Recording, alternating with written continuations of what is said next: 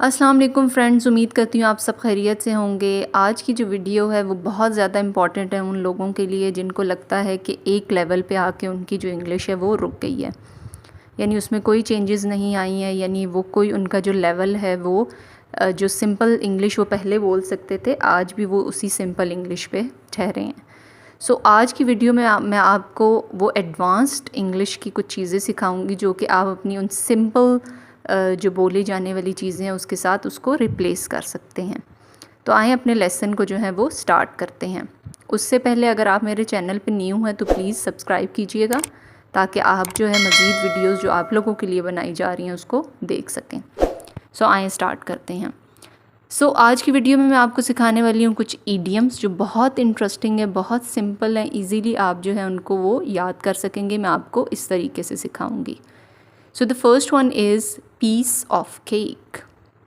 जब आपको कोई चीज़ बहुत ज़्यादा इजी लगती है, बहुत सिंपल लगती है, आसान लगती है, तो आपने बजाय ये बोलने कि इट्स वेरी इजी और it's easy, instead of saying this आपने बोलना है पीस ऑफ केक।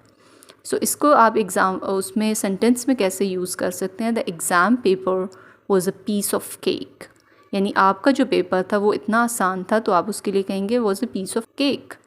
इसी तरह अगर कोई आपसे पूछता है कि आप ये काम कर सकते हैं तो आप कह सकते हैं yes I can do it, it's a piece of cake, means it's very easy, yes I can do it. Second is to cost an arm and a leg. इसका मतलब है समथिंग वेरी एक्सपेंसिव। तो जब कभी आपको कोई चीज़ बहुत expensive लगती है, instead of saying it's very expensive या इट्स एक्सपेंसिव, आपने बोलना है to cost an arm and a leg. For example, petrol these days costs an arm and a leg. आजकल हमें पता है पेट्रोल जो है वो बहुत ज़्यादा महंगा है, आपने ये बोलना है it costs an arm and a leg. You can use for any thing which is expensive. आप ये ईडियम किसी भी चीज़ के लिए यूज़ कर सकते हैं which is very expensive. Okay, the next one is every cloud has a silver lining, means bad things one day eventually lead to good things. I know you are upset about not getting the job, but just keep in mind that every dark cloud has a silver lining. इसका मतलब है कि आज अगर bad time period है, कोई चीज़ बुरी है, तो वो कल को भी बुरी नहीं होगी। इट्स पॉसिबल कि वो आगे जाके आपके लिए उस चीज़ में कुछ अच्छा छुपा हुआ कोई चीज़ आपको पता चले। सेंटेंस का मतलब ये है कि अगर आप अपसेट हैं कि आपको जॉब नहीं मिली, तो ये दिमाग में रख लें कि every cloud has a silver lining, यानी अगर आज नहीं मिली तो इट्स नॉट पॉसिबल कि कल भी आपको नहीं मिलेगी, या इस ना मिलने में हो सकता है आपके लिए कुछ अच्छी चीज़ छुपी हो। क्लियर? तो आपने ऐसी सिचुएशन में ये सेंटेंस जो है, ये ईडियम आप यूज़ कर सकते हैं। Next is once in a blue moon. Once in a blue moon is used wherever when you do something infrequently. जब आप कोई काम ऐसा करते हैं या कोई भी चीज़ ऐसी करते हैं इनफ्रीक्वेंटली, लगातार नहीं करते, कभी कभार करते हैं, आपने यूज़ करना है once in a blue moon. Now let's look at the example sentence. I only go to the park once in a blue moon, यानी मैं सिर्फ पार्क जाती हूँ कभी कभार, ठीक है, कभी गिने चुने दिनों में एक बार।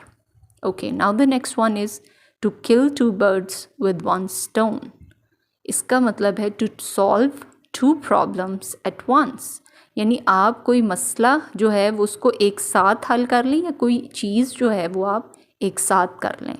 For example, now let's look at the example sentence. I dropped my son to school and went to office. So I killed two birds with one stone. इसका मतलब ये है कि आपने रास्ते में अपने बच्चे को जो है वो स्कूल पे छोड़ा और ख़ुद ऑफिस चले गए, यानी आपने एक टाइम में दो चीज़ें जो हैं वो कर ली, ठीक है। उर्दू में मोस्टली यूज़ करते हैं कि एक तीर से दो शिकार, तो उसको इंग्लिश में आप ये यूज़ कर सकते हैं to kill two birds with one stone. Okay, now the next one is to add insult to injury, to make situation worse. इसका मतलब ये हुआ कि एक चीज़ जो पहले से ही गड़बड़ चल रही हो, ख़राब चल रही हो, और आप आते साथ उसके ऊपर और जो है वो नमक जो है वो डाल दो, तो उस ऐसी सिचुएशन के लिए आप जो है वो ये यूज़ कर सकते हैं। I was late for meeting and to add insult to injury my car broke down. यानी आप मीटिंग के लिए आपको देर हो रही थी और उसके से आपकी सिचुएशन को ये वर्स बना दिया उस चीज़ ने कि आपकी कार जो है वो broke down. Broke down doesn't mean टूट गई। Broke down here means your car stopped working. ठीक है, आपकी जो कार थी उसने काम करना छोड़ दिया। सो अब आप देख सकते हैं कि आपकी जो सिचुएशन है वो इवन वर्स हो गई। ठीक है, तो आप ऐसी सिचुएशन पे जहाँ एक चीज़ पहले जो है वो ख़राब चल रही है उस पर आके एडिशन हो जाए तो आप वहाँ ये चीज़ यूज़ कर सकते हैं। Next is break a leg, good luck. Break a leg means good luck. So instead of saying good luck every time just try to say break a leg. ठीक है, break a leg doesn't mean go and break somebody's leg, it means break a leg means good luck. So let's look at the example sentence. Break a leg, Amna. I'm sure you will perform well. ठीक है, good luck, Amna. मुझे पता है कि तुम अच्छा जो है वो perform करोगी. Now the next is getting a taste of your own medicine. Its meaning is being treated same unpleasant way you have treated others. यानी आप जिस तरह से दूसरों को ट्रीट करते हैं, उनके साथ रवैया रखते हैं, उसी रवैये में कोई आपको ट्रीट करे या आपके साथ रखे वैसा रवैया, तो आप वहाँ ये यूज़ कर सकते हैं। और इसका सेंटेंस हो सकता है don't be rude to others, you won't like it when you get a taste of your own medicine. इसका मतलब यह है कि आप लोगों के साथ बुरे से रूड ना हो, ठीक है, क्योंकि आपको अच्छा नहीं लगेगा अगर वो आपके साथ ऐसा रवैया रखते हैं। So instead of just saying this whole thing in a very long sentence, अब उसको छोटा सा करके बोल सकते हैं getting a taste of your own medicine। यानी आप जैसा दूसरों के साथ कर रहे हो वैसा ही आपके साथ हो या आपके साथ कोई करे तो उस जगह पे आप ये यूज़ कर सकते हैं। ठीक है, next is have butterflies in your stomach. It means excited and nervous. जब आप किसी चीज़ के लिए एक्साइटेड होते हैं और नर्वस होते हैं, सो you can say I have butterflies in my stomach या have butterflies in your stomach. ठीक है, इसका सेंटेंस हो सकता है he had butterflies in his stomach on his first date. यानी जब वो अपनी फर्स्ट डेट पे गया वो इतना एक्साइटेड था, इतना नर्वस था, सो instead of saying he was excited and nervous just said he had butterflies in his stomach. ठीक है, तो जब कभी आप किसी चीज़ के लिए एक्साइटेड या नर्वस हों you can use this idiom. Now the next very interesting and short one, a tough cookie. A tough cookie means physically and emotionally strong. So if a person is physically and emotionally strong, so instead of saying that he is very strong, he is physically strong or he is emotionally strong, just say it, he is a tough cookie. So in short, in three words you can say completely define a person that the person is strong. तो sentence इसका हो सकता है he is a tough cookie, यानी वो जो है बहुत स्ट्रॉन्ग है। Okay, now the next one is I could eat a horse. I could eat a horse. It doesn't mean you can eat a horse. It means feeling extremely hungry. यानी आप जब आपको बहुत शदीद भूख लगी हो तो आप instead of just saying I am very hungry, आप अपनी उसको फीलिंग को और क्या कह सकते हैं, आप उस टाइम अपनी हंगर को जो है वो इस ईडियम के थ्रू जो है वो बता सकते हैं। आई कुड ईट अ हॉर्स यानी आप बहुत ज़्यादा आपको भूख लगी है। So you can use this in example like at what time will lunch be served? I could eat a horse. ठीक है, कब जो है वो लंच जो है वो सर्व किया जाएगा, दिया जाएगा, क्योंकि मुझे बहुत ज़्यादा जो है वो भूख लगी है। Okay, now the next one is giving someone the cold shoulder.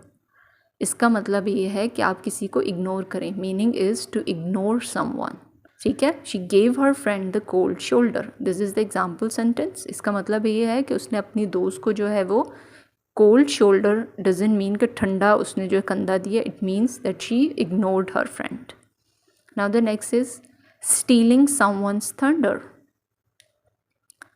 Take credit of someone else's achievement.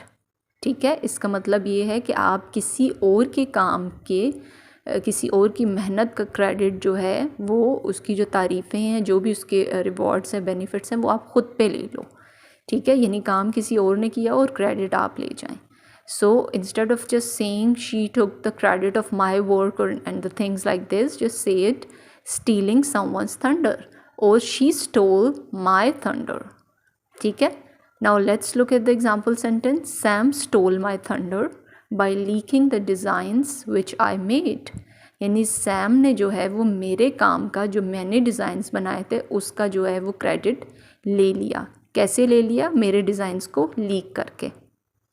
Okay, now the next one is see eye to eye. The meaning of this is to agree on something. ठीक है, आप किसी चीज़ पे जो है agree कर जाएं, राज़ी हो जाएं. ठीक है. Now the sentence is they finally saw eye to eye on this project. इस प्रोजेक्ट पे फाइनली एक दूसरे के साथ वो अग्री हो गए. Now the next one is let the cat out of the bag. Its meaning is give away the secret. यानी आप किसी का सीक्रेट जो है वो लीक कर दें, खोल दें, तो आप क्या बोलेंगे? Let the cat out of the bag. इसका सेंटेंस हो सकता है I was trying to keep it secret. मैं चाह रहा था कि इसको सीक्रेट रखूँ, but she let the cat out of the bag. लेकिन क्या हुआ? उसने सीक्रेट जो है वो खोल दिया. ठीक है. So this was the last idiom. आज मैंने आपको ये 15 ईडियम सिखाए हैं. I hope so you found it interesting. I have brought the all those idioms जो कि आप डेली लाइफ में यूज़ कर सकें. एंड आई होप सो कि आप इन सारी जो है ईडियम्स को यूज़ करके अपनी इंग्लिश को थोड़ा एडवांस जो है वो बना पाएंगे. और जो है अगर आपको वीडियो अच्छी लगी हो तो लाइक ज़रूर कीजिएगा. और मेरे चैनल पे बाकी वीडियोस को जो है देखने के लिए सब्सक्राइब जो है उसको ज़रूर कंसिडर कीजिएगा. Thank you so much for watching.